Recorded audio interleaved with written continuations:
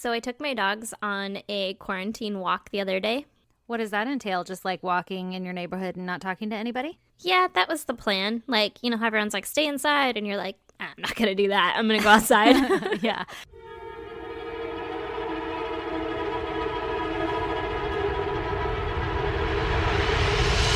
God damn! Yeah, I'm out of here. This place sucks. Yeah. So we had one of those walks, and I was walking Carl, and I had the baby strapped to my front, and then Brandon was walking Hank, and then he was supposed to keep an eye on the toddler. On your six? And then, yeah, watch In case anybody comes up and wants to Trying to cough conversate on with me. you. Exactly. Oh, shit. And Carl, he walks better. Like, I will walk next to you, and I won't pull. I'm just chilling here next to you. And he's cool with people that walk by you until they talk to you. Oh, God. And then he's Perfect. like, the fuck did you just say? And he gets real aggro and like does the lungy jumpy bark thing, but he's not pulling. Like, he doesn't pull on the leash. He's just like real aggressive next to you. Yeah, he's literally just next to me like, I'll fuck you up. I will keep walking, motherfucker. You think I won't? You think I won't? Yeah, and I'm just sitting there like, well, you know, I would yell at him, but I also don't want you near me, sir. So keep walking. So leave me alone about the butterflies or whatever the fuck's going on up here. Exactly. So that happened to one guy. He was walking down like right as our little walk was starting, and I just laughed and whatever. We went about our day. And then we're up at the top, and there's like this little bend where you can't really see around the bend. Well, I could see. Carl is dumb and he's not observant. And so I was like, oh, fuck, there's people coming. They have a dog, like a tiny dog. It was like a toy fucking chihuahua or something. Tiny, tiny dog. And I saw him coming. I noticed I had a dog. So I was like, hey, Carl, check this shit out. Like, be aware, bro. Fucking do not get surprised here. Yeah. Because if you get surprised. Don't freak out. Yeah. It's not a bee. Yeah. But there are people dog. coming. Yeah. Literally, that's how I have to treat him. And so the people came around the corner, and one of them said, oh, they have a dog or something along those lines. And Carl was like, the fuck did you say? And just started like being all aggro at him again. And I was like, God damn it. So I just stood there, and I have a baby strapped to my front, and I look how I look. Yeah, so you're not aggressive. Your dog is, No. but you look like anyone could take you.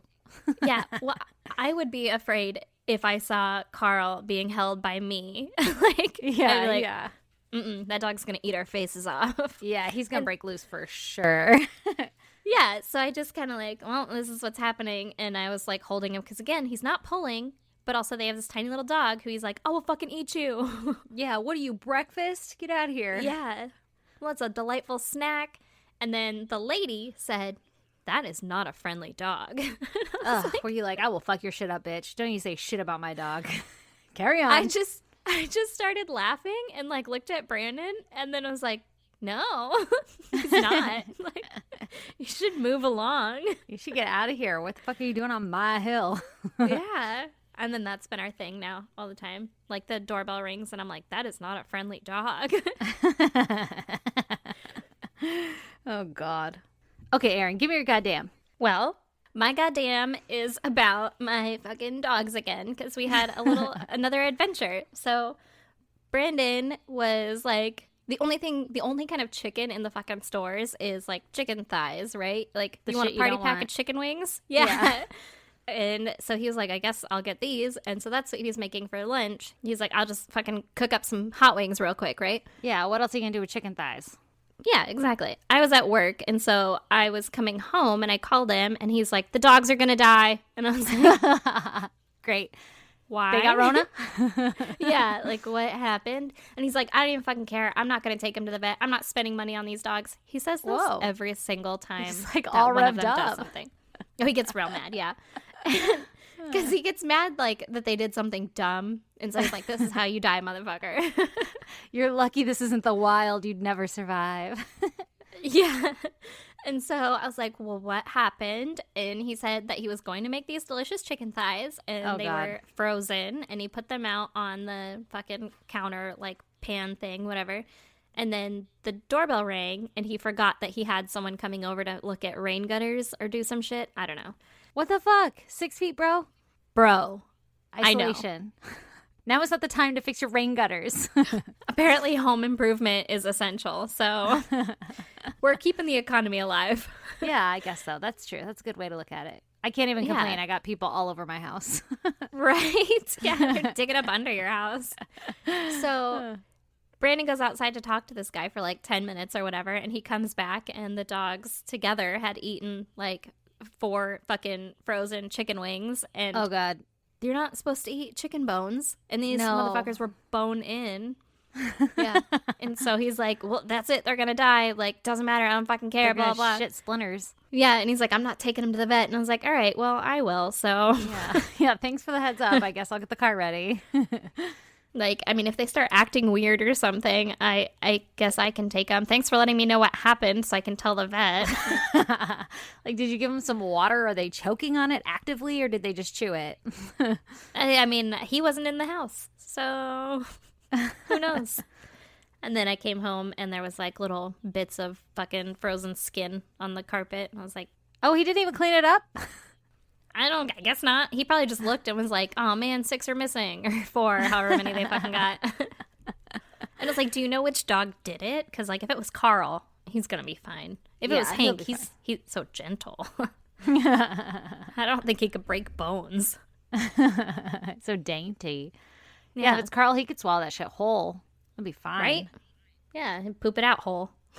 Yeah, you will. Yeah, so my dogs might die. Hopefully not. Knock on table. Oh, so you don't even know if they're going to live still or not. No, I mean, they're sleeping right now in my bed. They look pretty fucking happy with themselves. That was this Goddamn. afternoon. We got chicken thighs for dinner tonight. Yeah, they're living large. Oh, you poor soul. Well, I guess I feel know. bad for Brandon. I feel more bad for you. Well, listen, he's over it. He just put more on the fucking tray and was like, I'm still having my tasty thighs or whatever. Oh, shit. All right, Stacey, give me your goddamn. All right, my goddamn is we're having the foundation work done, which I've mentioned before. And so today, this week, we have to move out of our house so that they can fucking rip everything up and re-cement it, whatever.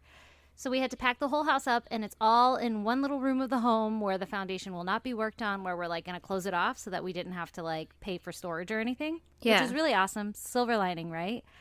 Except that we had to have everything out basically today, which is Thursday, so that they could come through and mark it all up.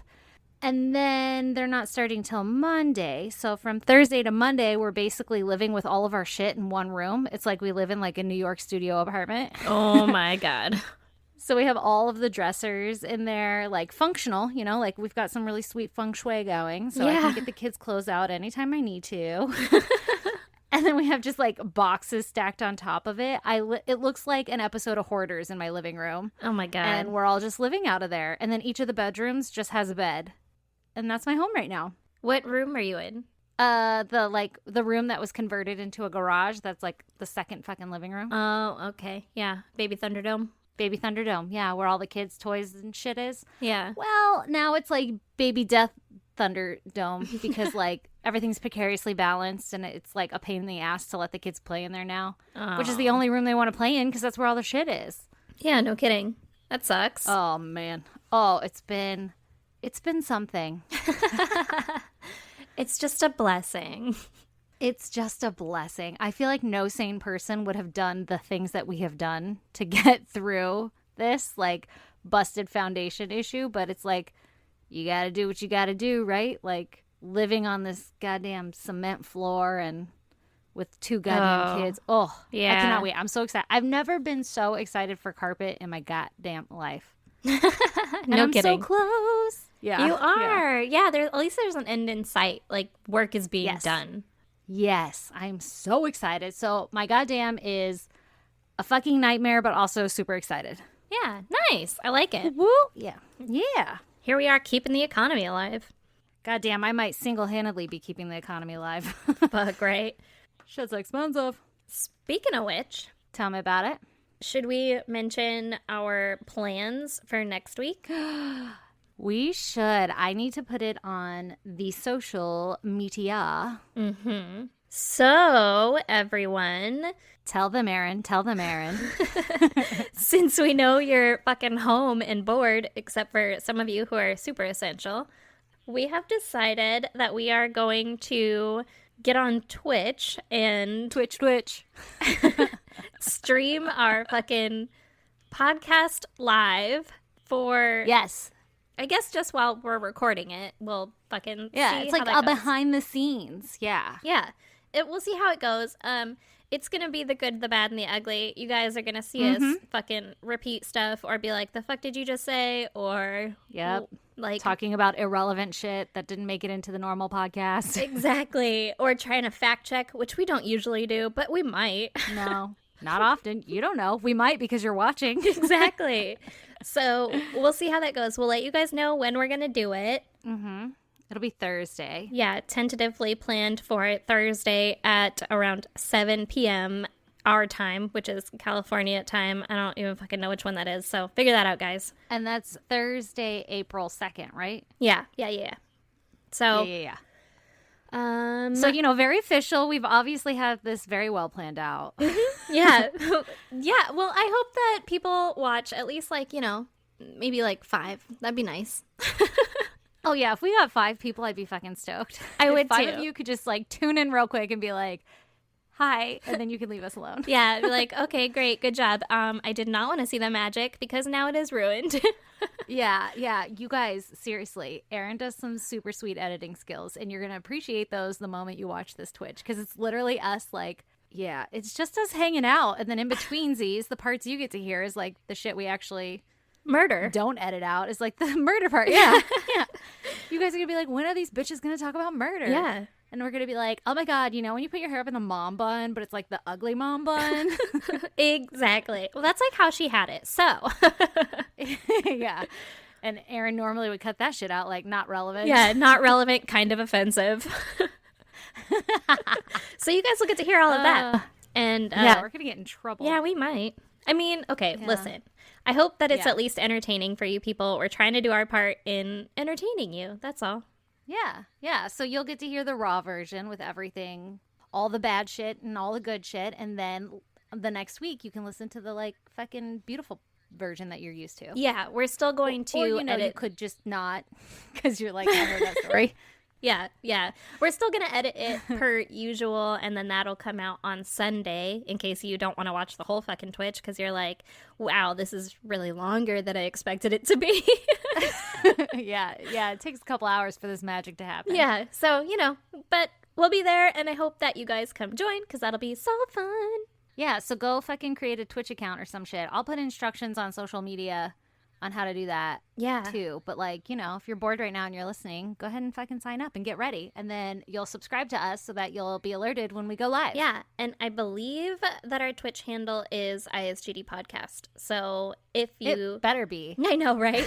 Well, Brandon has been creating all of this because he's Yeah. trying to be our goddamn manager or something now. I don't know. And he's like, oh, it's going to be Yeah, great. suddenly he knows everything about podcasting. Exactly. He's like, you guys need to do this. So actually, Brandon's going to have to listen to his very first episode. Can I just tell you secretly behind the scenes, I am planning on picking a fucking terrible story for him to have to listen to. Oh my God. A gory ass story. I don't know what it's going to be. I'm sure I'm going to find one. You guys might have to bear with me if it's one you already know. Oh my God. That would But be... it is my goal to make him so uncomfortable. That'll be hilarious. Oh, he's going to hate it. Yeah. So you guys you'll be fucking interacting with Brandon too, right? I don't know how this Twitch thing works. Yeah, so people are able to comment and stuff, and then Brandon's going to be the one that will respond to them or let us know, hey, people fucking asked a question. But we're going to try and keep it us doing the podcast, and then between goddams maybe, or between stories, we can be like, hey, did anyone say anything exciting? And then he can be like, yo, so-and-so asked this, and we can talk about it or talk about the cases, and interact. But I'm thinking through the actual story that we should just make it this is a podcast. Yeah. So we don't mess up our flow. Yeah, make it a little bit easier for me to edit because then I can cut out all the weird questions. Yeah, that's true. That won't make it to the normal podcast. Exactly. You guys, I'm super excited for this. I hope you guys show up. Me too. Otherwise, we'll just be hanging out like we normally do, and then 3 people on the interwebs can see us. I mean, listen, everybody's in quarantine, so maybe people will. Yeah, you guys, and if you're listening to this and you're excited, go ahead and fucking reach out to us, tweet at us or some shit so we know you're getting amped. Yeah. Then you'll amp us up. We need you guys are our hype men, and we need that. It's so goddamn true. Because right now all I have is Brandon, who's like, no, listen, people are going to listen. I promise. Oh, you guys are going to get like 100 listeners. And I was like, I don't think that's going to happen. All right, Stacey, should we get this show on the road? Yes. Everybody, welcome to episode 81 of I Say Goddamn. I say goddamn. Ah, goddamn. All right, it's my turn to go first. So I'm going to tell you a story about murder. Are you ready? I've never been more ready for anything in my life. That's what you say now. Okay, let me tell you a little story about Larry Robinson. It's always fucking Larry. God damn it, Larry. Yep. What is his real name? It's not Larry. You're not born. You never met a baby named Larry. I mean, not anymore. But they are, aren't they? Larry? That's the full name. It's not like Leopold, because that'd be Paul. Yeah. But that's confusing. Why not Leo? I don't know. My grandpa was Leopold, and he went by Paul. That's not right. I mean, that's what it was. Why you gotta make shit up? Yeah, but I've never met a baby named Larry. And here's baby Larry. Well, yeah, but that's because nobody's naming their kids Larry anymore. Or George, or Frank. Let's bring it back. Or Fred. Or Mike. Sorry, Mike. Mike. All right, guys. Okay, so Larry Robinson. He grew up an ideal child, and he was one of 8 children. God damn. What year is this? Yeah, I knew you were going to ask that because I didn't write the goddamn year that he was born. All right, some bitch. But just so you know, this shit's about to take place in like the early 80s, but I'm telling you a little bit about his life, all right? Okay. And then I didn't even put how old he was when all this shit happened. Oh, okay. I would guess if he was born in like 50s or 60s then, because you're going to do like some shit in your 20s or 30s generally if you're on our podcast. Yeah. I think he was like in his mid-20s or like, early 30s, somewhere around All right. I like it. Maybe I wrote it. I don't remember. Let's go on this adventure together. Yeah. Okay. So Larry, when he was a baby, he was a pretty good kid, one of 8 children. When he was 2 years old, his father actually died of a brain tumor. Ooh. And so his mother ended up raising him and his siblings. I think that of those 8 children, some of them were step siblings from like his mom remarried or some shit. Okay. Makes sense. But he was really smart, and he was a Boy Scout, and he went to Sunday school. Really great kid, right? Yeah. Normal fucking life, minus the part where your dad died of brain tumors. Yeah, that would suck. Yeah, super suck. But around the age of 12, Larry began exhibiting signs of schizophrenia. Uh-oh. And so his grades started to drop, and he started to collect strange things like pencils and staplers. Okay. Anybody thinking of Office Space? Because that's all I think of anytime I hear the word stapler. Yeah, a sweet swing line.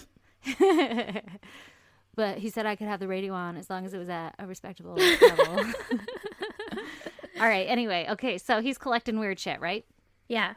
He would have these spells where he would appear troubled and frightened. And his mom had him hospitalized actually several times. But every time he'd be released because he was found to be nonviolent. Okay. I guess it turns out his family had like this long history of schizophrenia. I didn't write down the goddamn lineage, but, it wasn't that out there that he had schizophrenia. And his mom was like pushing really hard to get him the proper health care.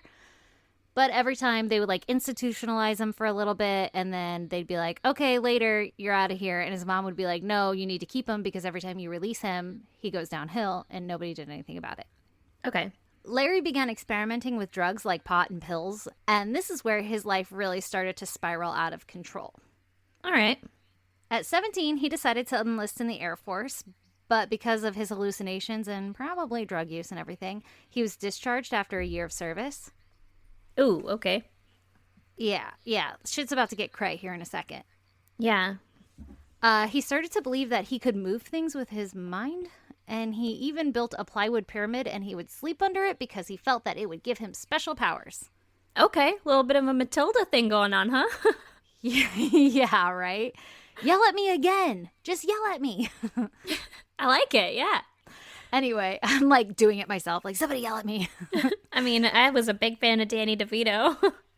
So there's that. Yeah. By the way, this whole like sleeping with a pyramid over your head, I can't remember where I saw this recently, but somebody was like, it was like one of my reality TV shows. Somebody had this like contraption and and it was in the shape of a pyramid, and they believed if they like meditated with it on their head or something that it like brought them higher powers or some shit. It's like a real belief. Mm-hmm. Yeah, that's fucking crazy. That's a crazy person. Well, yeah, all my reality shows, they're all fucking nuts. Yep. Okay, so he was doing this shit, sleeping under a plywood pyramid, which, how do you know it's just not like a teepee, like a homemade fort? I mean, it's plywood. That's how I know it's not a teepee. Touche. Also, forts are like blankets and shit. This guy was like, no. This needs to be structurally sound. Maybe he made a tree house in his house. Okay. All right. Anyway. Yeah. He actually had a wife for a few weeks at one time. But obviously, that marriage didn't work out so well. Yeah, good for him. So he felt that the CIA and the Air Force were chasing him, like chasing after him. Yep. And that he had this power coming out of his head. And that at one time, I'm sorry. This is all perfectly reasonable. Such a dick because it's not funny because it's mental illness, but also it's kind of funny because he felt that he had this power that was coming out of his head, and one time he exploded a car and it killed the passengers inside of the car because of him. Wow. I don't think there was any actual reports of any cars exploding. That was my question. Unexpectedly. Yeah. I said right. unexpectedly. You know.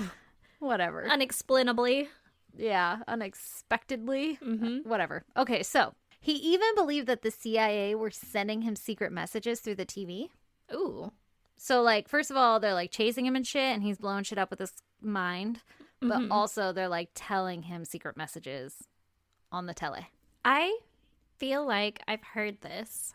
Oh, have you? You might have. Does he videotape himself a lot? I did not get that level of detail. Okay, go on then. Maybe not. Yeah. Okay. Then in 1979, at the age of 21, we could do the math. Who wants to, though? No, not me. Wait, 79? That's an easy one. 21? Yeah. Yeah. Never mind. It's not easy. It's not easy. I was like, I can add those two. Oh, my God. Okay, so he was born in, like, 58. All right. Yeah. Right? Yeah. Okay. Crushed it. Hard and loose math. Can I hope we there's not no do math in the this Twitch live? one. Yeah. Embarrassing. Will you please do the math in real life when you're editing and then cut that out if I sound stupid? Yep. You can keep that last bit if you want to. Oh, God. Okay, so at the age of 21, Larry was arrested for stealing a truck, and his parents left him in jail for actually 6 months. God damn. Because they were like, hey, man, jail is better than you out on the streets because you're fucking hallucinating and you believe the CIA is after you, and I can't get any institution to take care of you, so I'd rather you be in jail than cruising around here doing some crazy shit, right? Wow, that's some tough love. Like, they were seriously concerned about his well-being, and nobody was listening. Nobody was doing anything about it. Nobody was taking him in. They were just like, yeah, but he's not violent. And his parents were like, I'd like to not wait for it to get violent, please. Yeah, like he's hallucinating, though. This might lead to some shit. He believes he blew people up with his mind. Like, that's... Even though he didn't really, like, he's thinking that it's okay that happened, right? He's not feeling super guilty about it or anything. Yeah, he's doing stuff violent in his mind. Yeah. Which is worse. Is it worse? No, but I mean, it's a step. It's like I don't know, having fantasies about like raping a person before you rape a person, you know? But like believing that you had done that too. Okay. Yeah, that's weird. Anyway. Yeah, super crazy. His drug abuse began to grow through all of this as well, and that didn't help either. Nope. He was abusing marijuana, methamphetamines, amphetamines, tranquilizers, LSD, and PCP. God damn. That was a lot of shit. This is a goddamn cocktail. Yeah, that's a cocktail. I should mention he's doing this outside of jail. Like, he served his 6 months and then he got out again, and his parents were like, God damn it. Yeah, that makes sense. Then in June of 1982, a friend of Larry's introduced him to a man by the name of Ricky Bryant. All right, Ricky. What's up, Ricky? So Ricky was looking for a roommate and Larry was looking for a place to stay. So the two became friends and Larry moved into Ricky's place in Fort Worth, Texas. All right. Everything was going great until on August 10th, 1982, Ricky's mom knocked on Ricky's door to pay him a little visit. I don't know what triggered her to pay the visit. I don't know if she was like, hey, I can't get a hold of Ricky. What's going on? Or if she was just like, let me swing by and see how my sweet little son is doing. Yeah. And so Ricky doesn't answer the door, and she lets herself in. And what she finds when she opens the door is something made up of nightmares. Oh, Lord. Yeah. So on the floor in the main bathroom of the home, she found her son Ricky Bryant laying on the floor, clearly dead. Oh, no. His head had been severed from his body. Oh, my God. This And poor then- mom. Yeah, I don't want to ever. Yeah, no, thank you. Oh. The head was then placed in the crook of his arm as if to make it appear that like his body was holding his own head. Uh-huh. His head had 2 gunshot wounds to it. Ugh. His body had suffered 8 cut wounds and 49 stab wounds. God damn. Are those pre or post mortem? I'm going to go ahead and go out on a limb here and say that like the gunshots were first and then he pulled out the knife and did the cutting. Yeah. So post-mortem. Okay. Just guessing. I don't know Okay. that to be fact. Yeah. It was obvious, too, that he had been sexually mutilated Oh, no. because he was castrated. Ah, I should have saved this one for Brandon. right? That's so rude. Right as I get to the worst part. Yeah, the part that every dude is cringing about. Yeah. His penis was found in the kitchen sink, and his testicles have actually never been recovered. Oh, my God. Yeah. Ooh, ew. They probably Yeah. searched the fucking sink trap, right? I'm guessing. I mean, if they're doing good detective work, Yeah. That's where I would look for them. maybe they got flushed. Oh. don't I was know. thinking, like, if the penis was in the sink, I was thinking, like, garbage disposal. Oh my God. I just don't know. I don't know. I don't know why I am the way that I am. I don't know either, but I love you the way you are. Come as you are. I appreciate that. All right, so next door to Ricky lived a 34-year-old woman by the name of Georgia Reed, and she lived there with her 11-year-old son, Scott Reed. Okay. Georgia's mother, who was 55 years old, her name was Earlene Baker. She was also staying with Georgia at the time because she was recovering from a recent brain surgery that she had had, and Ooh. Georgia was taking care of her. All right. Also, Georgia's boyfriend, Bruce Gardner, he would always swing in and stop by and say hi or whatever. And on the day that Ricky was murdered, he was due to come over to take Georgia out on a date. Ooh, okay. Yeah. So the police come over, they go next door to talk to Georgia to be like, hey, did you hear gunshots? Do you know what the fuck happened? Yeah. They knock on the door and nobody answers. And so they let themselves in somehow. And in the home, they find a second massacre. What? In the living room on the floor, they find the fully clothed bodies of Earlene and Bruce laying there. Oh. Yeah, so her mom, Georgia's mom, and Georgia's boyfriend. Yeah. Earlene was shot several times and had a bunch of stab wounds, including a cut wound to her neck. Oh, God. And this is a little old lady? Yeah, that just had brain surgery, man. Oh, my God. Ugh. Bruce had several gunshot wounds, as well as a deep cut to the neck, just like Earlene did. Mm-hmm. In one of the bedrooms, I'll get through this quickly. In one of the bedrooms was the body of the 11-year-old Scott. Ugh. He was lying on his stomach, and he had been shot once and stabbed multiple times. Oh, my God. Also suffered a contusion to the head due to blunt trauma. Ugh. What Here's the the worst fuck? part. It gets worse? It gets worse. The police found, when they moved his body, they found a hammer underneath him. So they suspect that he was using that hammer to defend his family when he was murdered. Oh, my God. That's so sad. Isn't that the worst? That poor 11-year-old little boy. Yeah. Oh, that's Yeah. the worst. Oh, how Yeah. terrifying. Awful. Oh, I hate it. I know.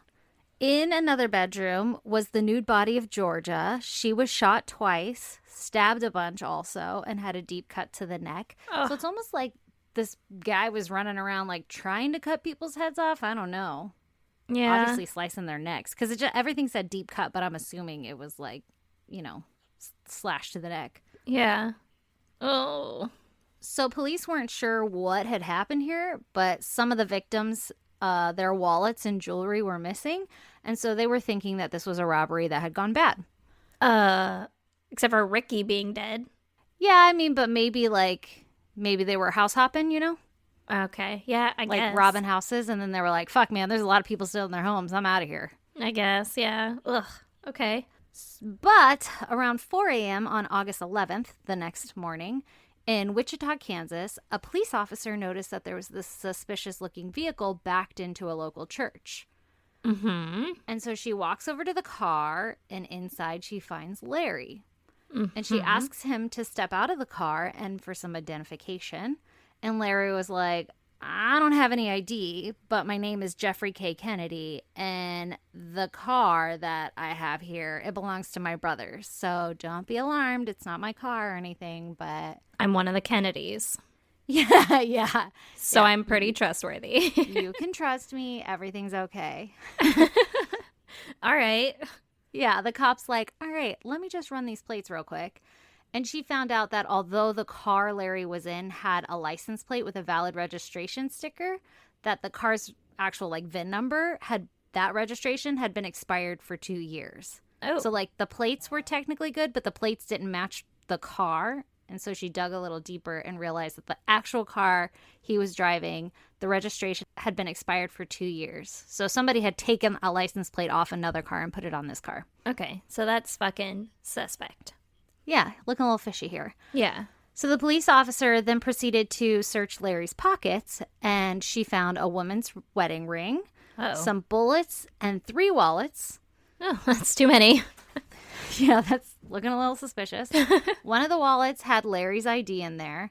One of the other wallets was Bruce's, and then Ricky's. Okay. So all the murdered people. Well, yeah, of the men. It's interesting. Yeah. Yeah, and I mean, except for also Larry, but that's his own. But it's just the 2 men. That's weird. I guess it's not that weird, but... Yeah. It's probably they had the easiest wallets in their pockets where, the women, you'd have to go find their purse in their home. Yeah, which sometimes is a nightmare. Ugh.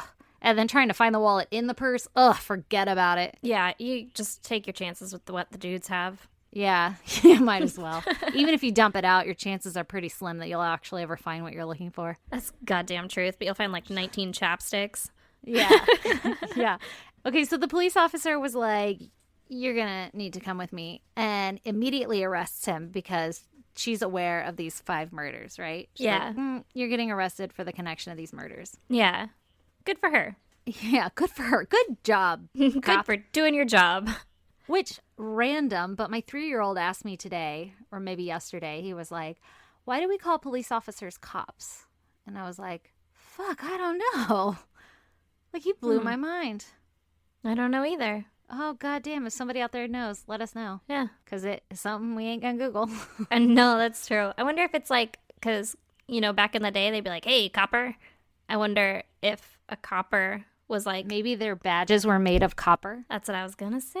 Yeah. Oh, did I steal your thunder? I mean, listen, we got there together.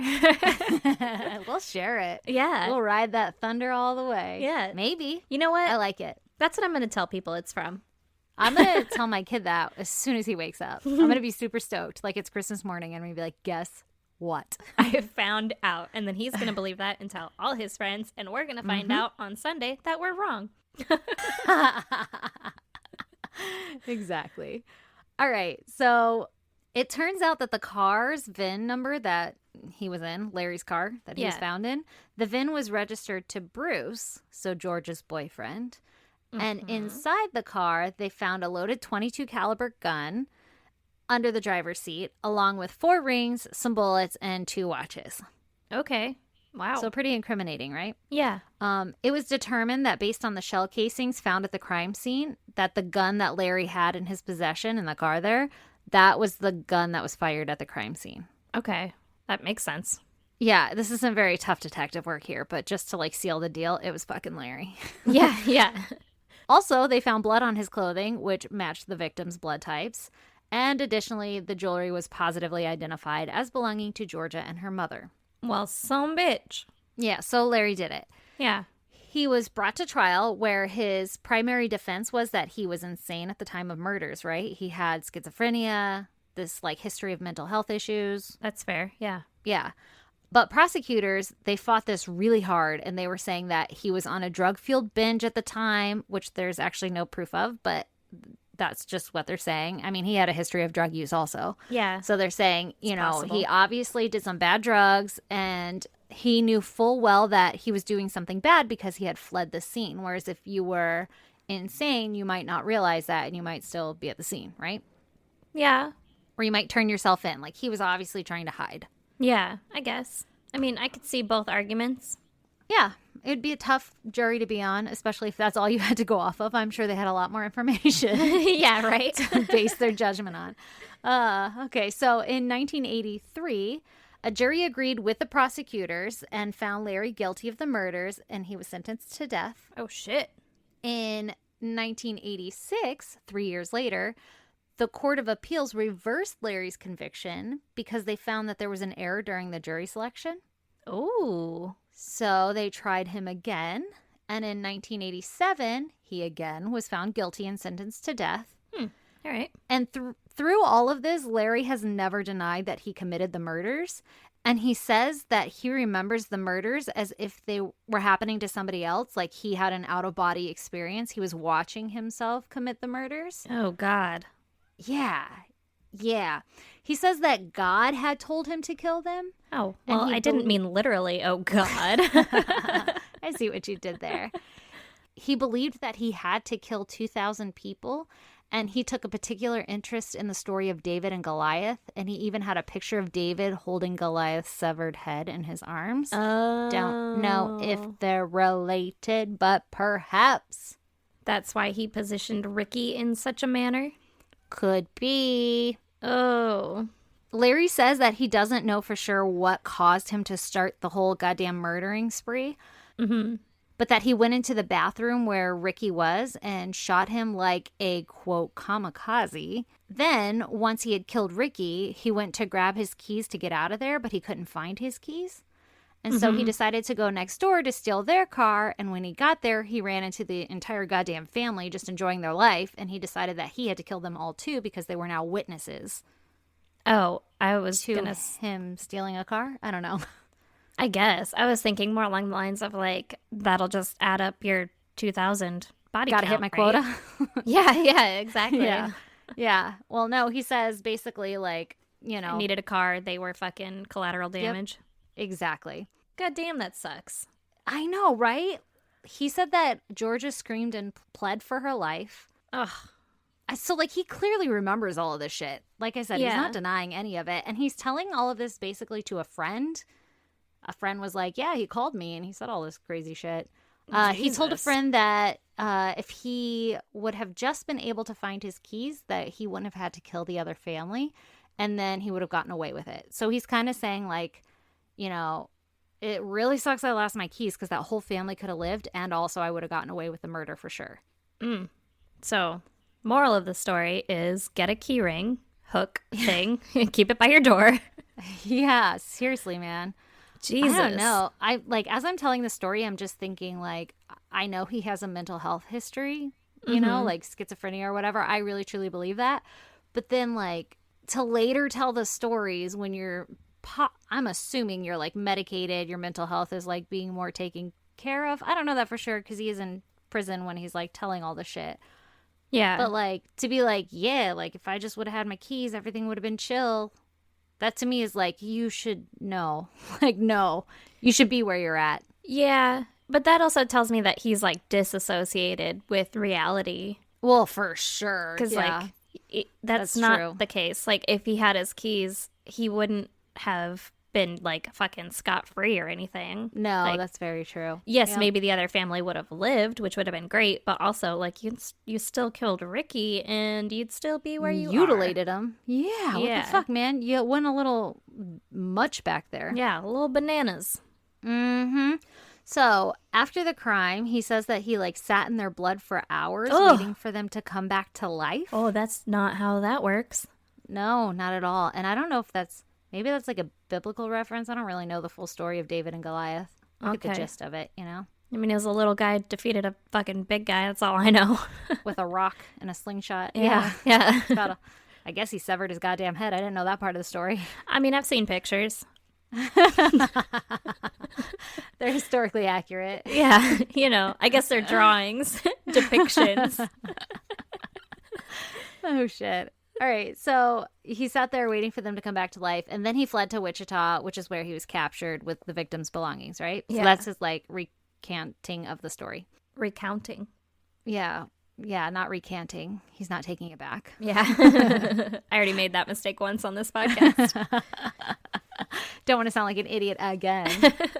We'll save that for next episode. Yeah. Or 2 minutes from now. On January 21st, 2000, Larry was executed via lethal injection. He was originally slated to be executed on August 17th, 1999, but 4 hours before his execution, the state of Texas offered him a stay so that they could determine if he was mentally competent to be executed, because his parents were fighting this so hard. They were like, yo, bros, we've been telling you, shit's fucked up. You guys didn't help us. This is your fault. You shouldn't execute my son. You should offer him mental health. You failed him. The system failed him. And so last second, the state of Texas was like, all right, we'll look into this shit. Oh my God. And then they looked into it and they were like, hey, Larry, do you know that you committed this crime? And he was like, yeah. And they were like, do you know that we're going to execute you for committing this crime? And he was like, yeah. And they were like, all right, he's competent enough to be executed. That's all it took. What? And so they rescheduled his date. And they made a plea deal saying that he wouldn't again argue or try to get out of being executed. Yeah. He wouldn't try to appeal it if he got to pick his execution date. And he picked January 21st because it was the first full moon or some shit like that. Or he wanted to be executed on a full moon. Okay. And so he picked his death date, and that is the story of Larry Robinson. Holy shit. Yeah, crazy, right? Yeah. Well, whoa, bro. Definitely some mental health issues there. Oh, yeah. I feel really bad for the parents because, you said, yeah, they knew that whole time. If he had gotten help, maybe all of that shit wouldn't have happened. That fucking sucks. Absolutely. And his parents are really active in it, and they are they've been interviewed a million times, and they were one day we were respected teachers of the community because they're both teachers. Mm-hmm. And then the next day we are the parents to this mass murderer. Oh, and they're sucks. yeah. And they're there's nothing we did everything we could have done. What else could I have done differently? I cared about my son. I was trying to help him. He was a good kid. It was mental health. Yeah. Isn't that crazy? It's so sad. That is sad. And I feel so bad for those families, man. George's entire family got murdered, basically. Yeah. And fucking Ricky, man, he got it the worst. Yeah, and his poor mom found him. That is awful. Oh my God. Poor Ricky's mom. So at his execution, family members and shit were there, and they were like, kill him, right? I'm ready for him to die. And then when the state of Texas offered him a stay, they were heartbroken and shit. Larry's mom was obviously really happy, right? But even Larry's sisters and Larry himself was like, you got to stop fighting this. They're going to execute me. And you're just torturing the victims' families by stretching this out and having to relive this moment, and us too. It's basically we all know Larry's basically dead, and we're having to spend these months leading up to his execution date visiting him, thinking it's going to be the last time we're going to see him. And then it got extended, which is great and everything, but it's extended by a few months, and we're just drawing this whole process out for everyone. Yeah, yeah. Just rip the even Band-Aid Larry off. himself, was I'm ready to die. I'm done. Oh, Isn't that crazy? that sucks. That super sucks. I mean, I guess he did know then he was mentally competent enough to be executed if he was just yeah, man, just get the shit over with. Yeah, so I'm kind of thinking, in my head, maybe it's a little mix of both. The mental health shit pushed him over the edge, but also maybe he was just had some fucking hidden fantasies in there or some shit. The dude, Ricky, his genitals were mutilated. There was something going on. Yeah, that's pretty gross. I don't know if Goliath's genitals were mutilated. I don't know either. I feel like I would know that. That seems like a bigger story I would have heard coming out of the Bible. They're not teaching that one in Sunday school. Yeah. Instead, it's just that his head got severed, evidently. I didn't even know that part. I thought they just shot him in the fucking temple with a rock and he died. And everybody was like, good job, David. Yeah, I mean, I can picture like the fucking doodles or whatever, drawings, whatever they are, depictions, things, fucking The art. actual photographs. Yeah, the historical evidence of him, like the little guy holding this like big guy's head. So that's the only thing that I know about it. Maybe I can too. Yeah. Maybe I'm just doing that thing as like a witness where you're like, I saw that too, and I didn't really see it. I planted the idea in your head. Yeah, thanks, bro. Yeah. Well, goddamn. God damn. Okay, Aaron. Would you like to hear about some murder? I would love to hear about your murder story. All right. Well, I am going to tell you a little ditty about Barbara Mullenix. Okay, let's hear about it. Okay. This takes place in Huntington Beach, California on September 13th, 2006. Was it a Friday? I don't know. Should it have okay. been? Well, 13th. I don't know. Friday the 13th. Oh. Ooh, good question. Don't know. Okay. All right. We're just jumping right into this. And there was a body found in the Newport Harbor that was Oh, God. wrapped in a sheet. Ooh. Obviously, the police are called. The police come out. They fish this body out of the sheet. They fish this body out of the ocean. Oh, my God. And there was a folding knife, like a fucking pocket knife, that was also like tucked away in the sheets, right? Oh, they put the murder weapon in there. Oh, yeah. So it was the body of a woman.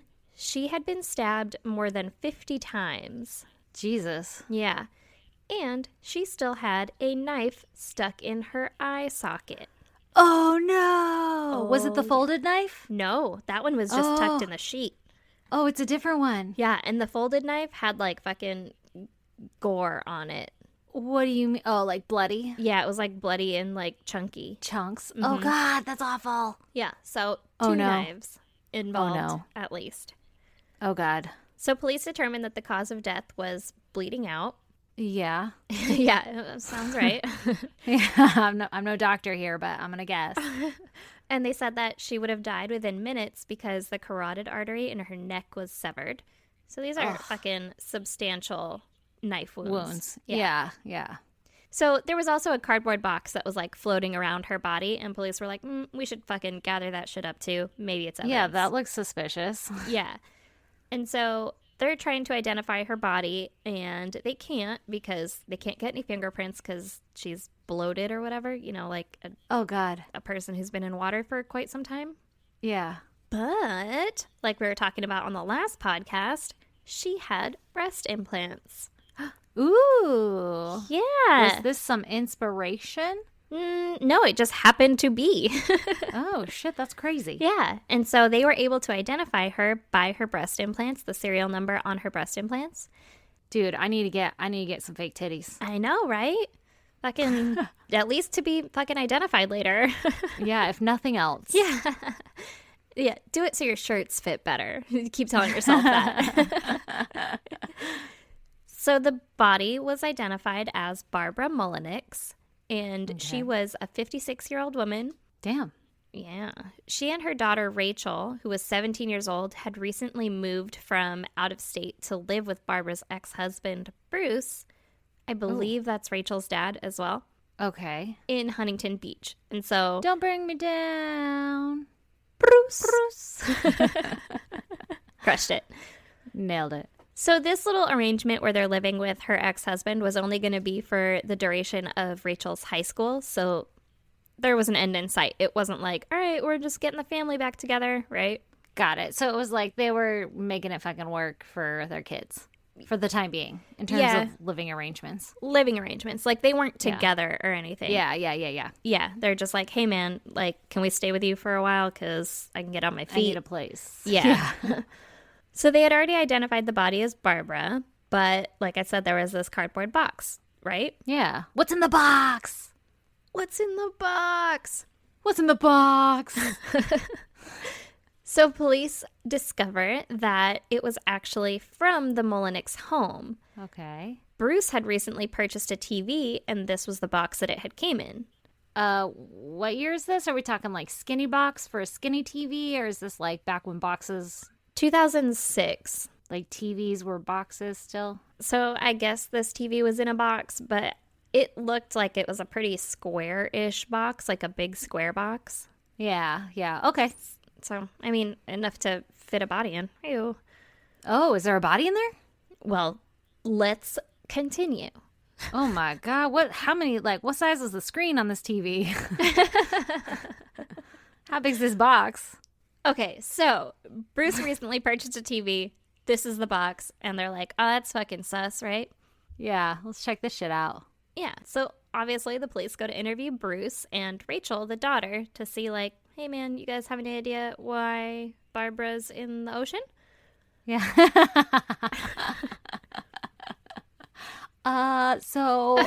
Why is Barbara in the ocean? We Quick found question. a thing. Just Yeah. if you don't know the answer, it's totally okay. But we were wondering if you knew. Did she go for Why a she in the ocean? dive? Yeah. Wrapped in sheets? Was So- she into swimming? Yeah, with a lot of stab wounds. Well, I don't know if it's surprising or not, but they can't find them. Both of them are Oh. missing. Huh. Interesting. Yeah, but the box was from the home, and it's where Barbara was living, so the police fucking bust in to search the house, right? Yeah. Bruce shows up at home. Ooh, while the police are there? Yeah, he's Digging like, around? hey guys. Oh God. What's No. Yeah, what's going on here, huh? Do you think he just quietly showed up in a doorway? like- Yes. Hello? Like a silhouette, and he's like, what are you doing? Oh God, no. Yeah. No. Yeah, probably.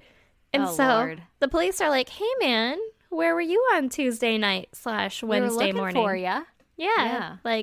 So some shit went down, and we think that your wife has been murdered. Well, ex-wife. Yeah, we think.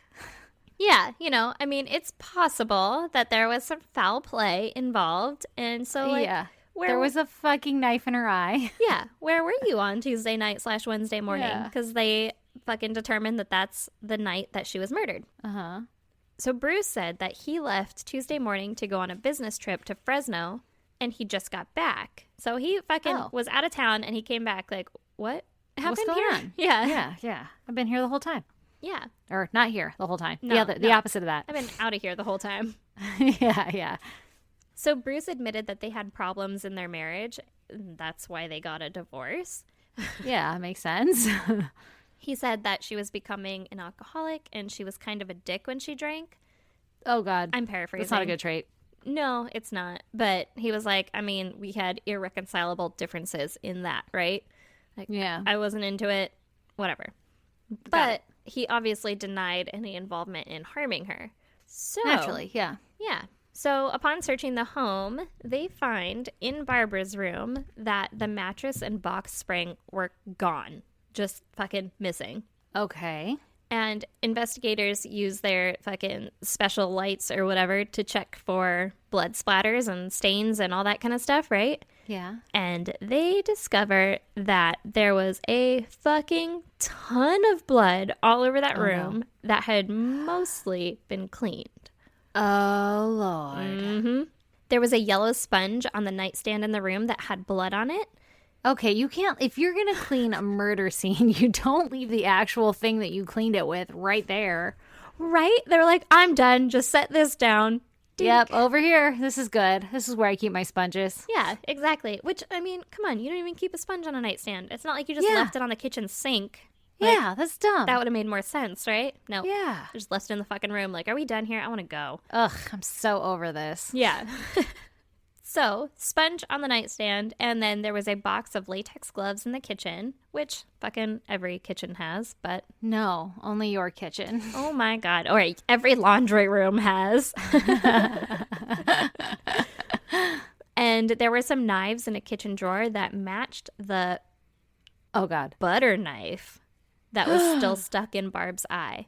It was a butter knife? It was a butter knife. That's not even cool, man. That's not even like something you fucked can up. fucking cut some shit with. No. Yeah. Oh, I hope she was dead after that happened. Do you mean before? Yeah, that's the one I definitely meant. Yeah. Dear God. Spoiler alert. She was not. Oh, So, oh, that's terrible. yeah.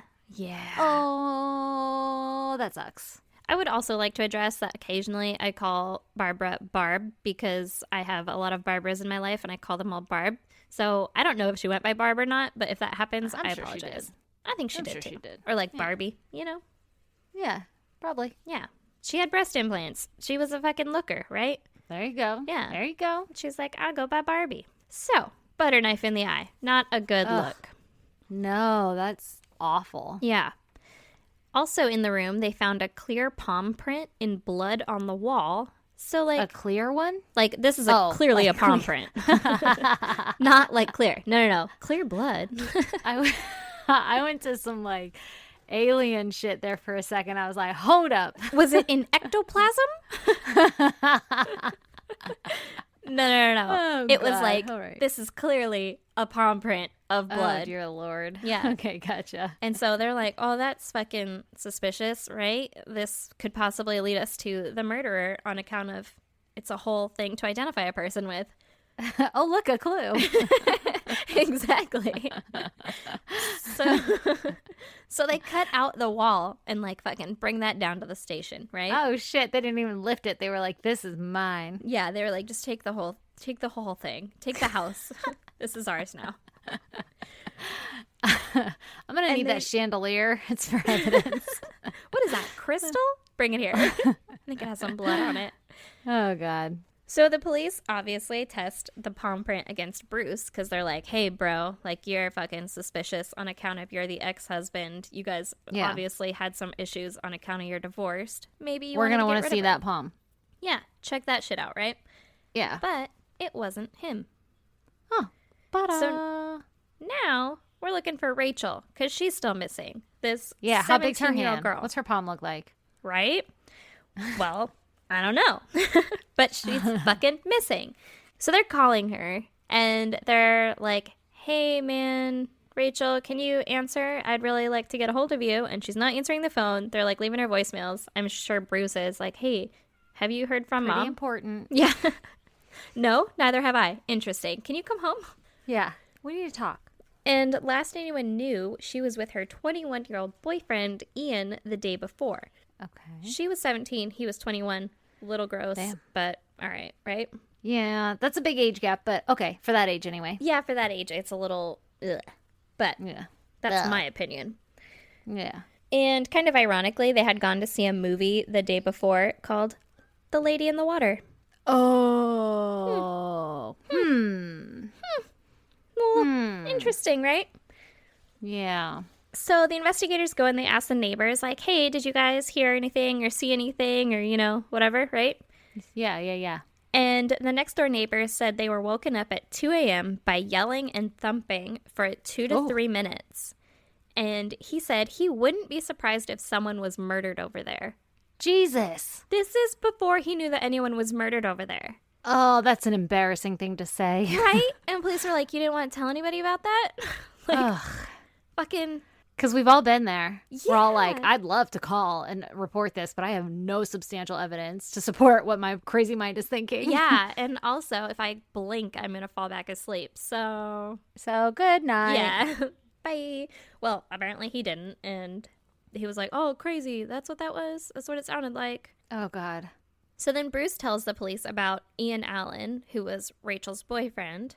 And apparently, Barbara didn't like him too much. Like, she would challenge him and, like, get in screaming matches with him and stuff. Like, Oh, shit. I don't want to say, like, I don't think that I would get into any screaming matches with my daughter's boyfriend because, like, that motherfucker better respect me as a person. Yeah. But also, like, kind of sounds like they were both aggressive Pretty people. intense. Yeah. Or at least, like, when she was drinking, apparently she was kind of aggressive and confrontational. Mm-hmm. Yeah, that makes sense. Yeah. So, Yep. So, as teenagers do, Rachel was talking about marrying Ian, which fucking pissed off Barbara even more. And Barbara threatened Ian with a statutory rape charge. Yeah. Oh, that's not good. She's like, I'll fucking call the cops on you because my daughter's underage and you're going to go to fucking jail, right? Oh, God. Oh, God. And apparently, after that whole argument blew over, like, whatever, nothing was filed, then Ian had them being Bruce and Barbara, he had them both sign something that said, like, hey, we're cool with this. We're not going to press statutory rape charges against you. Can you do that? I don't know. I mean, maybe. Just so that they couldn't, like, threaten it in the future. Got it. But then, like, if you really did it... I don't know, though. Because it's like saying, like, no, her parents were cool with it. And then the parents are like, no, we're not. Like, it's our word against yours or whatever. Yeah, I don't know. I don't really weird. know how it works. He fucking had him sign something. It did not look official. It's like on a napkin. Yeah, literally. And it was like fucking Bruce, father. And it's written in like boy handwriting. I don't know. It was weird.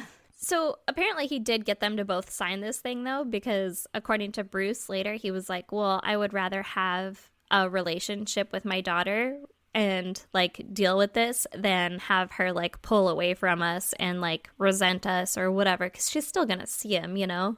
Yeah. Okay. Well, and maybe he's really not that bad. Like, maybe, Yeah. you know, nobody likes their daughter's boyfriends, but maybe it was just like, okay, there's a big age gap, but he's not doing anything to harm her. Yeah, that's possible. And she likes him, so I'll just grit through it. Exactly. And the more that you fight it, the more that your daughter's going to want to stay with them. So, Never would sign anything, though. Not blaming anyone, because you do you. But I just feel like I'd be like, now we're cool. I feel like as the adult in the situation, which I understand that 21 is also an adult, I don't think I would sign anything either. Because I'd be like, I'm going to do what I'm going to fucking do. You can just chill out and like ride this wave out, see where it goes. Like, I'm not signing you have anything. to put up with me. Yeah, exactly. Like, I'm not agreeing to your terms. You're dating my daughter. Get out of You're here. going to agree to my terms, motherfucker. Motherfucker. So, also, a week before Barbara was murdered, there was an incident where Rachel missed her 1 a.m. curfew. Ooh. Yeah, and Barbara was pissed, and so she went down to Ian's house and was like banging on the door and threatening them and fucking yelling and screaming at 1 in the morning, right? Oh, shit. This was, like, not a good relationship. No, she really did not like Ian. Got it. And so she got Rachel out of there, and she grounded her, and she was like, you're not fucking to see this kid anymore. Like, I'm over it, right? Mm-hmm. But it's a 17-year-old girl. And she's gonna do what she wants. Exactly. Can't tell me what to do, so meh. So back to the investigation. During a background check, police find out that 2 years prior, there was another incident between Rachel and Barbara where Rachel attacked Barbara with a knife and, like, slashed up her arms and stuff. Oh, that's not good. Yeah, and slashed up her arms, I'm assuming, like, that's some defensive wound stuff, right? Absolutely. Like, yeah, like she wasn't going for the arms. Yeah, she was, like, going for her, and Barbara was like, no, stop. Don't do that. Oh, my gosh. Yeah. Don't touch me there. Yeah, this is my no-no square. My whole body. My arms, you can do whatever. But please don't. Yeah, but please don't. So she was all cut up and stuff, but Barbara refused to press charges against her daughter. Wow, yeah, that's crazy. Yeah. So the police go to Ian's house because they're like, well, let's see if Rachel's there, right? Mm-hmm. But Ian's parents said that they hadn't seen him in more than 2 days. Uh-oh. Mm-hmm. Also, their .38 caliber pistol was missing. Uh-oh. Yeah. And so police... Were they like, oh, by the way, we can't find him, and Yeah, you know what? our gun's gone. I was looking for that earlier, and it's I'm gone. so glad you're here. Because can I file a report that my gun is stolen? I don't know. They were just like, yeah, he's not here. Also, our gun's gone. I don't know the context in which they said it, but maybe they were like, Ian's not here. Let me check for my gun. Not sure if it's related.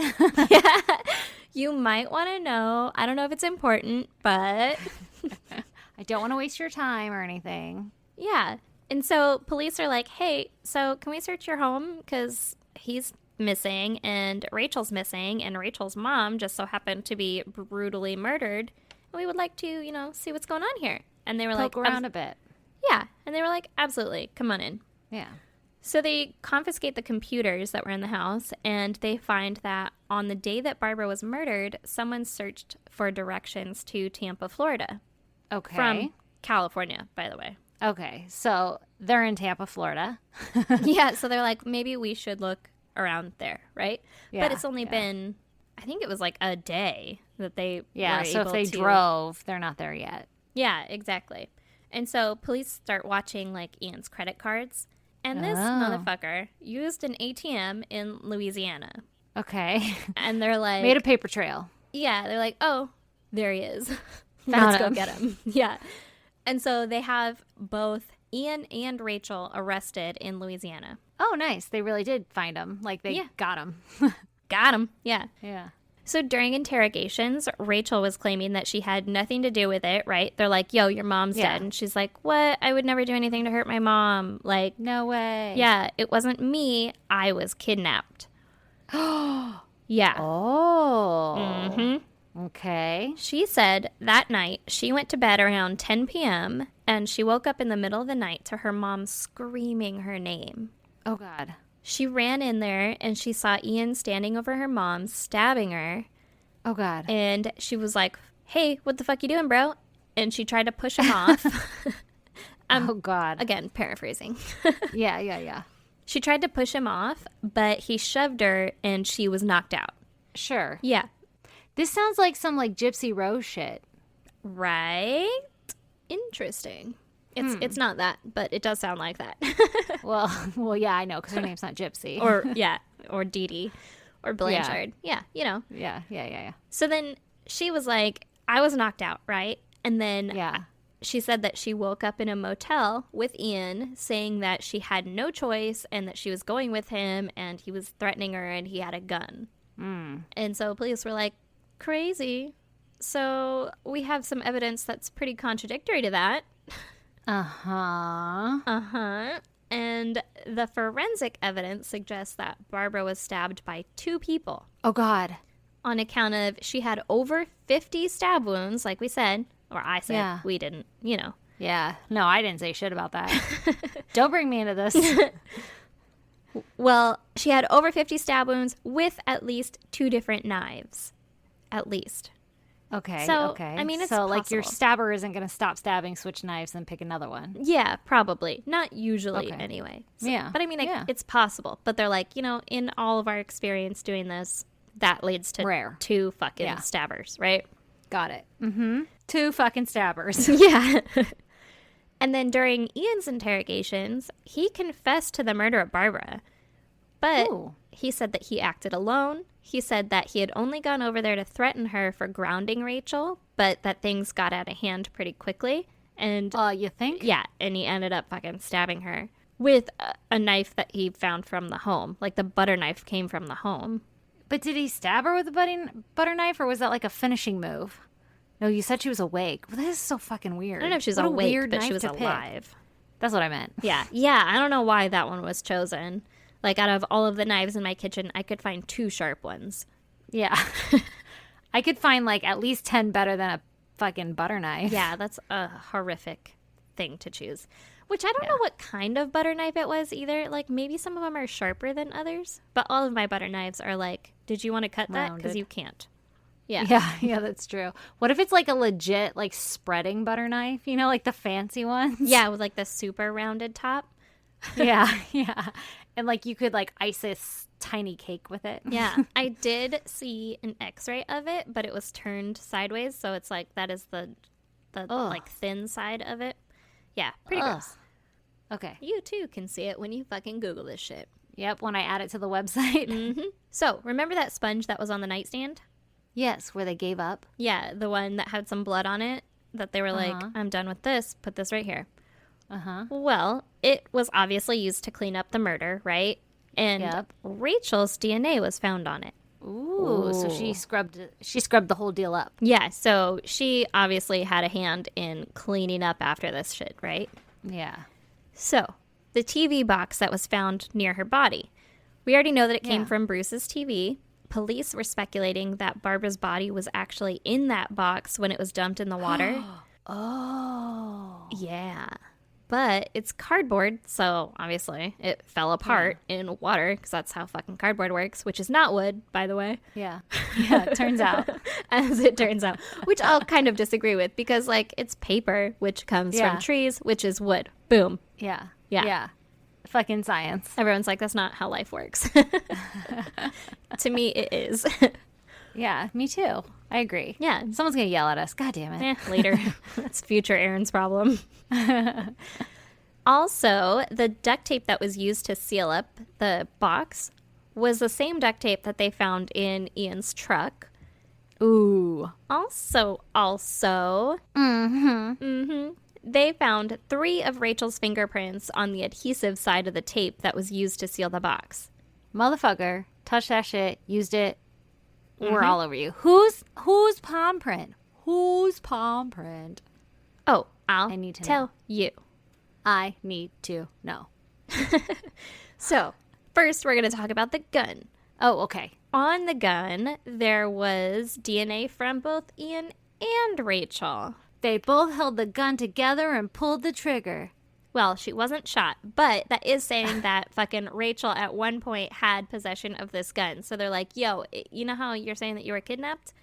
You obviously Had at one access point to the gun. Yeah, had access to this gun. So, like, why didn't you use it on Ian if he had just brutally murdered your mom? Or just use it to try and escape. Be like, hey, I'm out of here. You stay right there. Right? But, like, I wonder, could that be transfer DNA? Remember how we've talked about this before? Where, like, because you live in a house with Brandon, if you touch something, you could inadvertently transfer Brandon's DNA on something, even though he had never actually been there? It's possible. I do not know. I mean, I guess it's possible. But they were like, no, both of you bitches touched it, right? Yeah, unless it was, like, a clear fingerprint. They did not specify that. Okay. The clear fingerprint, or the clear palm print that was on the wall in ectoplasm, apparently, yes. Tell me about that. was found to be, drumroll, Ian's. Yep. What an idiot. Yeah, he was like, just, I don't know, like, hand on the wall, like, are we done in here? Let me just... Are you still cleaning? Yeah. Oops, sorry, missed a spot. Yeah, like, leaning against the wall. I don't know. Also, there were texts between Ian and Rachel. So she said that she went to bed at 10 p.m., right? But she was texting Ian up until about 1:45 a.m. Oh, damn. Yeah. So she lying. Yeah. And they believe that the murder occurred at about 2 a.m. So they're like, Oh, God. hey, that was Playing pretty it. fucking close. Yeah. Yeah. And she was texting Ian stuff like, she's taking her Xanax now. Oh, shit. So police believe that Rachel and Ian waited until Barbara was asleep, and then Rachel went and let Ian inside, and then they both went into her bedroom and fucking attacked her. Oh, God. That's terrifying. Yeah. Then they put her in this fucking TV box. Rachel tapes it up. They dump her into the ocean. And then, as I mentioned before, the mattress and the box spring were missing. Yeah. So they find those burned up on a railroad track near Ian's work. So they're like, hey, So they murdered her on that. on the bed. Like she was asleep. Yeah. And they went in there Yeah. and fucking stabbed her to death. Oh, dear God. Yeah. So through the entire trial, Rachel was saying that she was innocent and that there was no way that she would have done that to her mom, basically being like, I'm not a monster. Like, it was me and my mom. We're fucking, close, and I would never do anything like that to her. Yeah. Yeah. Okay. She was found guilty, and she was sentenced to 25 years to life in prison. Dang. And then through Ian's trial, he was saying that Rachel was innocent and that he had acted alone, intending to only go and talk to Barbara, but like I said, things got out of hand and Got out of control. Yeah, and so he's basically saying like, no, she's telling the truth. I fucked up back there, right? Wow. He was also found guilty, and he also received 25 years to life. And then after the trial, he admitted that Rachel was involved from the very beginning, and he was trying to cover her ass. But he's like, well, I'm never getting fucking out of prison now, so might as well tell the truth. Might as well tell the goddamn truth. Yeah, exactly. Oh, shit. Well, I mean, we all kind of knew it, right? Yeah, we did. Here's the thing. Yeah. Bruce didn't believe that Rachel had anything to do with it. Yeah, like, well, that's his daughter. That's his baby girl, right? Yeah, but And he didn't like Ian. Rachel's grandparents didn't think that she did either. Uh-huh. Like, right after the sentencing, they were like, no, she's innocent. And they're like, we love you, blah, blah, blah. Like, they're fucking sticking by her 100%. Yeah, but she, like, so do they think that she was, like, literally held captive and forced to clean the blood scene and all of that? Yeah, what she was saying was that she did help clean up the scene and that she did make some mistakes in that. Like, fucking helping him to dispose of her body and stuff, but that she had nothing to do with the initial killing. However, she was texting Ian up until the actual murder. She was like, yo, want to come inside? Like, there was two She's people. asleep now. Yeah, there was 2 people stabbing her. It doesn't add up. She had something to do with it. Yeah. But also, I guess you could say, I mean, I didn't read the text or anything, but if she's like, oh, she took her Xanax, it could be that, like, he's sneaking in for them to, like, mess around, you know? That's true. From, like, Rachel's perspective. Yeah. And then he goes fucking batshit crazy. But she also attacked her mom previously with a knife. Yeah. Yeah. And then 2 people stabbing. I don't know. I could see where you could, like, you know, especially as a family member, you could find some excuses or some, you know, like leeway in the story because you're like, oh, that could potentially happen. You want to believe it. Yeah, exactly. Yeah, I could see that. Seems a little fishy. I don't know. From the outside, it kind of looks like she did it. Yeah, she was involved from the beginning and all the way through, and she had access to the gun to, like, escape or try to escape or anything, or fucking call someone and be like, yo, we're in Louisiana. I'm not involved in this shit. Come and get us. Yeah. Like, I don't know, man. That's a weird one. Yeah. I don't know how I feel about it. Really? Yeah, because, you know, like, because, you know, I was a juror recently. If I were on a jury and presented that with the, like, defense of saying, no, I was forced, and here's the reason, like, you know, the gun had DNA because it was transfer DNA, or it could have been transfer DNA. I didn't actually touch the gun. And if they couldn't prove that it wasn't, then I would be like, okay, well, it's likely, like, beyond a reasonable doubt, they haven't proven that to me, that that person, that Rachel actually touched the gun. And then cleaning up the crime scene. Okay, maybe she was forced or held at gunpoint too.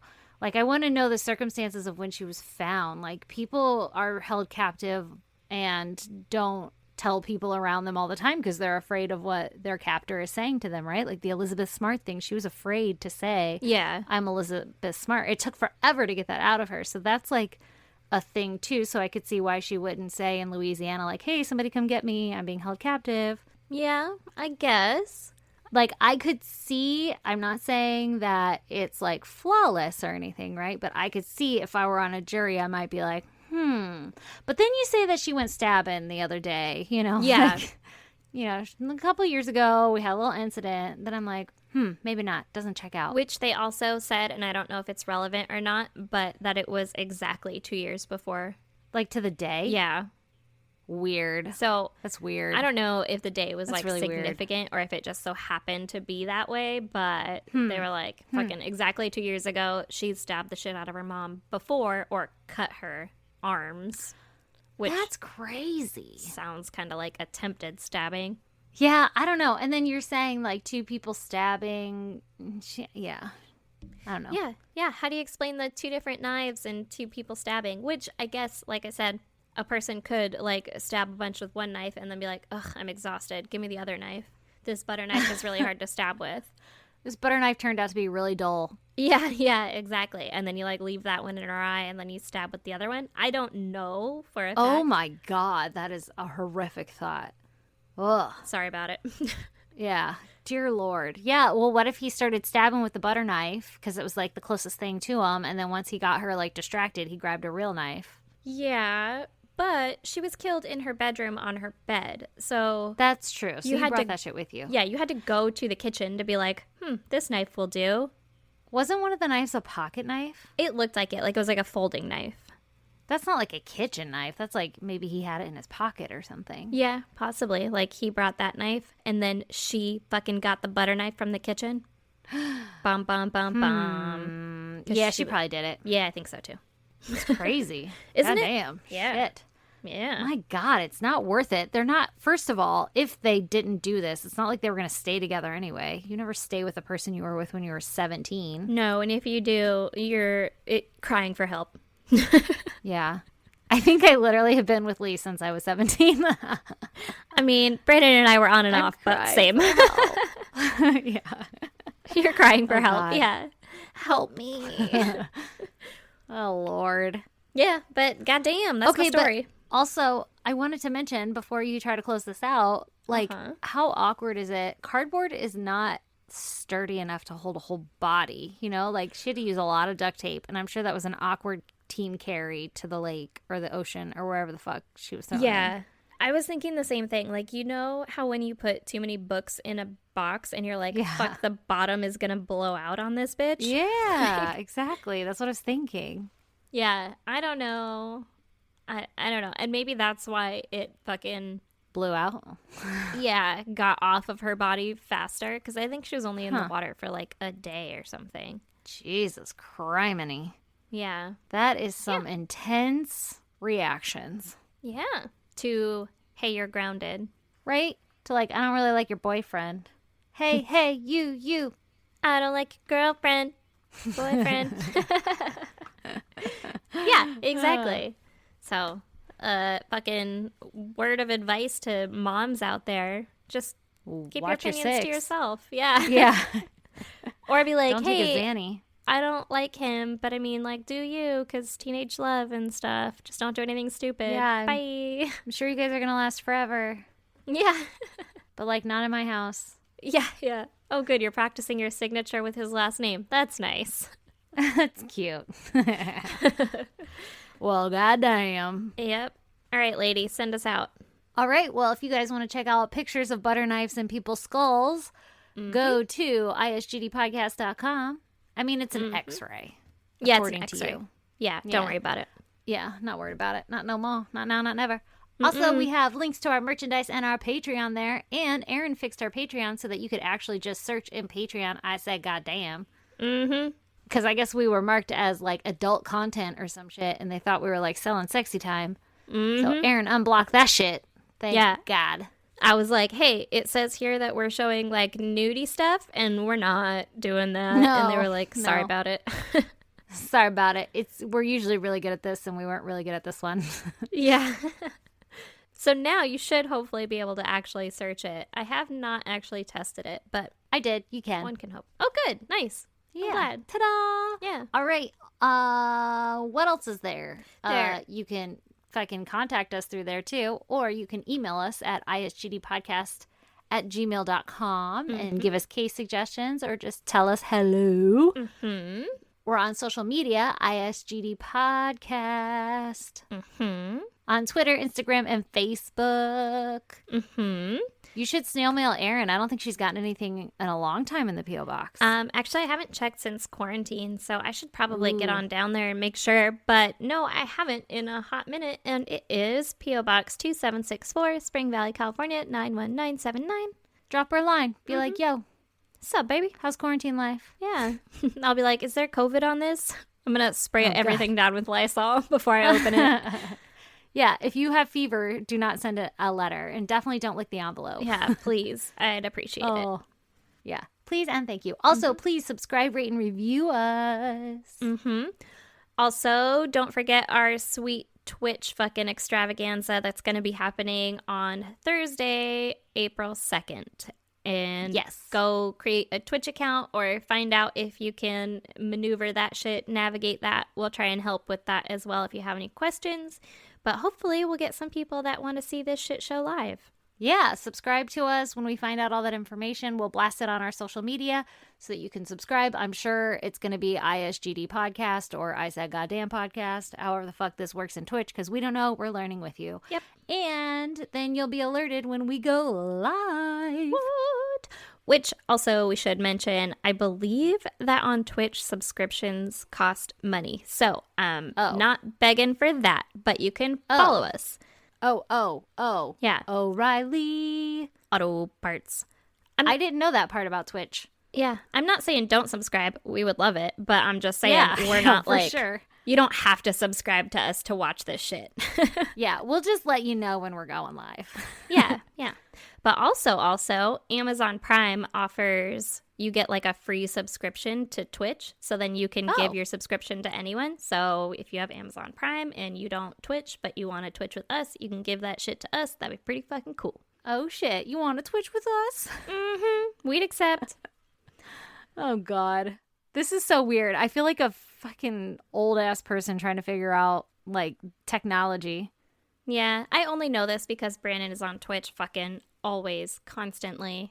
Everything, we have shit playing from Twitch always. So I've learned. All right. And I'm not trying to, we're not trying to get rich off of this. We're just trying to provide you some sweet, sweet entertainment for your quarantine days. Yeah, but also if we get rich, that would be super cool. I mean, I'm not against it. Everybody's like, bitch, we ain't got no jobs. I know. And that's what I'm saying. I don't want to make it seem like we're like, oh, give us all your money. That's not what it's about. Yeah. We just want to entertain Instead, you. just let us, ruin the fucking magic for you and come hang out with us. Yeah, exactly. And then between stories or between stuff, we can answer some questions and talk to you about cases. Or if you guys are like, cardboard's not fucking wood, you can tell us right then instead of yelling at us later. Yeah. Exactly. So on that lovely note, you guys are fucking awesome. Yep. Miss you. And we'll talk to you later. Bye. Bye. And if you're all caught up on our podcast, stay tuned for a promo from Wine and Crime.